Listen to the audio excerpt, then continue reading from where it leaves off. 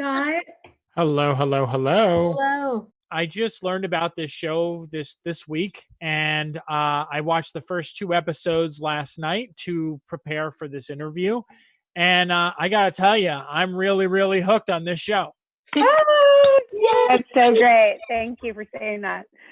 So, of course, I need to start with Hildy first, just because none of us would be here right now if it wasn't for her and her incredible story. Uh, Mm.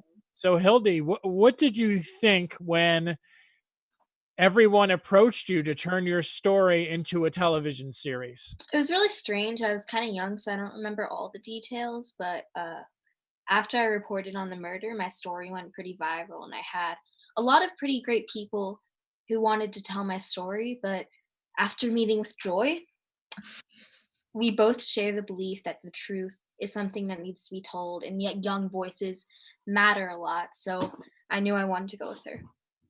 People are often afraid of what Hollywood's going to do to their stories. Were you nervous at all about that? So when I had a lot of people approaching me, it did feel a little overwhelming. But after I met with Joy and then Dana and Dara, as I knew that my story was in very good hands, and that they were all really strong women, and that they wouldn't betray a weak female character. So for Dara, I'm curious to ask. You teamed up with Dana for this to create the show. Since Dana's background is mainly in romantic comedies, did you have to? Was she easy to learn about the mystery genre and stepping into this different genre that she wasn't used Yeah, to?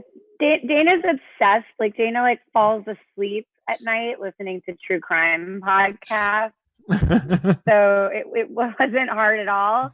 And I actually think that's one of the things that makes the show really special is all of the things that all four of us brought to it. I mean, Dana has that incredibly delightful style that makes it really easy to watch almost anything. I came to it from many years of procedural experience and, writing on shows like Daredevil and Pushing Daisies, which are these sort of quirky, crime-oriented stories. And then the feminist background of I Love Dick. I feel like in some ways, all of the shows that I had brought to the table and all of the movie experience that Dana had brought to the table, plus Joy having been part of creating 13 Reasons Why, which was its own genre-bending show.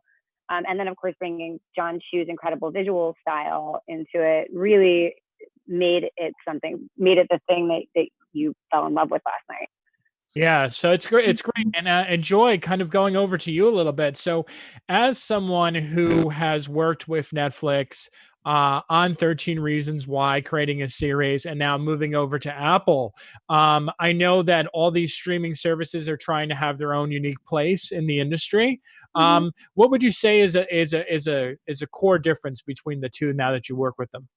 I mean, it's hard to compare. Apple is so new. And I think what was exciting about 13 Reasons Why is we were one of those network defining shows for Netflix. Yeah, of course. I think, Anonymous has made a lot of network defining shows, and Steve Golan is my mentor. And that's sort of our brand, is to try to find the place that's going to support our filmmakers and their voices and sort of redefine something. So Mr. Robot was that, True Detective was that.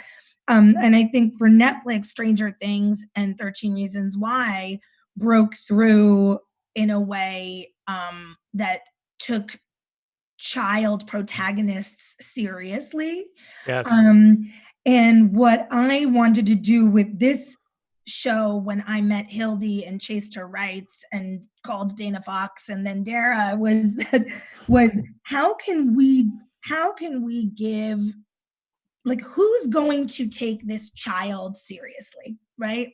Who's going to take this child protagonist seriously and put her in a premium show, let her deal with adult situations, and put her in a world that's real.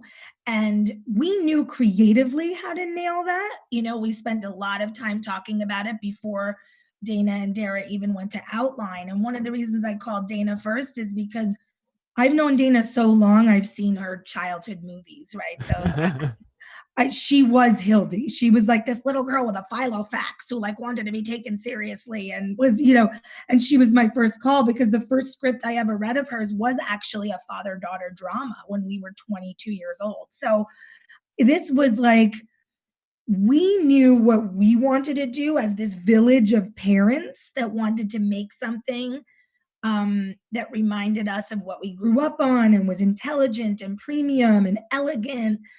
But who was the home for that? And the truth is, Apple was brand new. We didn't know what they were buying.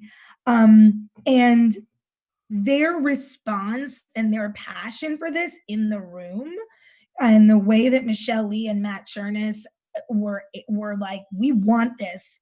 Don't go on any more pitches. We're ordering this show. And the questions that they asked made us feel like, wow, maybe we can be one of those first shows that helps define a new streamer. And that, that was what was exciting to us about going with Apple. We also felt like this is a show that is meant to touch every generation, and Apple products touch every generation.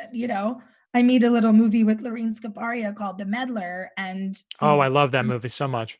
Thank you. I'm really proud of it. And Apple really helped make that movie happen, totally unrelated. It was before there was an Apple Originals, but Apple gave us a free Apple Store because they loved the messaging that we were having Gerard Carmichael be an Apple genius teaching an older woman how to use how to use Apple products.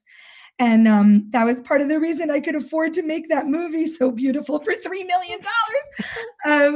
But, so I was very excited about being in the Apple world and figuring out what that would be like. Apple was an incredible partner. They really did everything they said they were going to do in terms of supporting our vision. Mm-hmm. Well, thank you so very much, all three of you ladies. You should be very proud of this show. It is terrific. I cannot wait to watch the rest of it. And big congratulations on season 2. You all earned it. So thank you so very much for taking the time to speak with me today. I really appreciate it. Thank you. Stay safe out there. You too. Stay safe. Thanks.